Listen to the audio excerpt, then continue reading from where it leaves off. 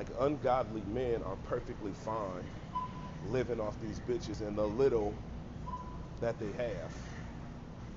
It's like I'm not living on little by myself, so why the fuck would I reduce my life to living off the little that a bitch has with her little job? That wouldn't make much sense to me to do that. But like I said, ungodly men, they don't care. They just trying to live off a motherfucker at the end of the day. That's what it really boils down to. It's not even about how much. It's just the simple fact they don't want to do it for themselves. They don't want to do it for themselves. They want somebody to do it for them, like on some kid shit. But it's like I ain't never moved like that. I've never had the opportunity to even be a fucking kid for real. So it's like I'm not doing nothing for no niggas. Like I want to unconventionally. I want to have a ministry that's unconventional, but our actions show you that we different.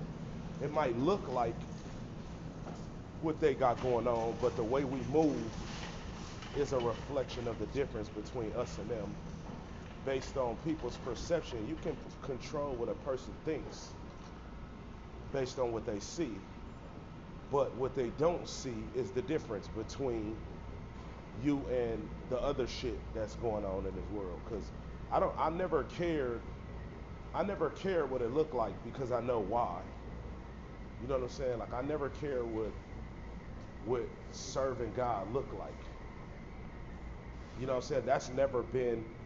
I never been gung ho on what it looked like. Like everybody else wanted to look like, oh, this all white figure that's never nothing and just the nicest thing in the world and never no feelings of anger or none of that shit. They want it to be that, and it's like, no, bro, that's not reality. So it's like I can't rock with the fake depiction of what God is like and what the saints of God are like, because it's like the only person benefiting from that shit are fake ass people. Real people not benefiting from the fact that that's the way they make it seem like you have to be for God to use you. They feel like they can't even be used due to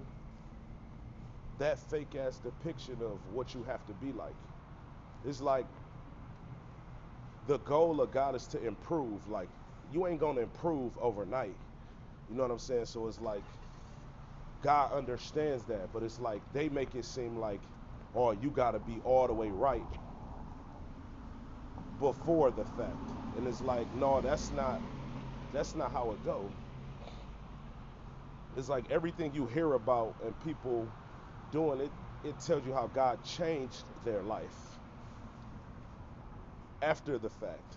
You know what I'm saying? It was during, it wasn't, it was, they was living a certain way before, and it's like, you can't expect a person to part with their bad ways immediately, but you can expect them to start making healthy changes to start getting rid of some shit.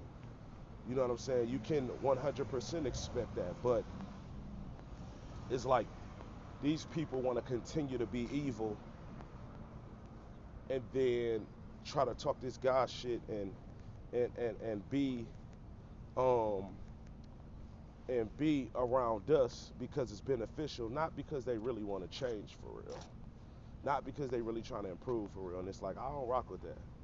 At the end of the day, like I'm not trying to.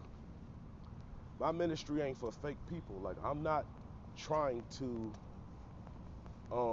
convince nobody of something they don't believe. I'm not trying to doctor myself up and fake like I'm something I'm not just to fit fake ass people. My ministry ain't for fake people.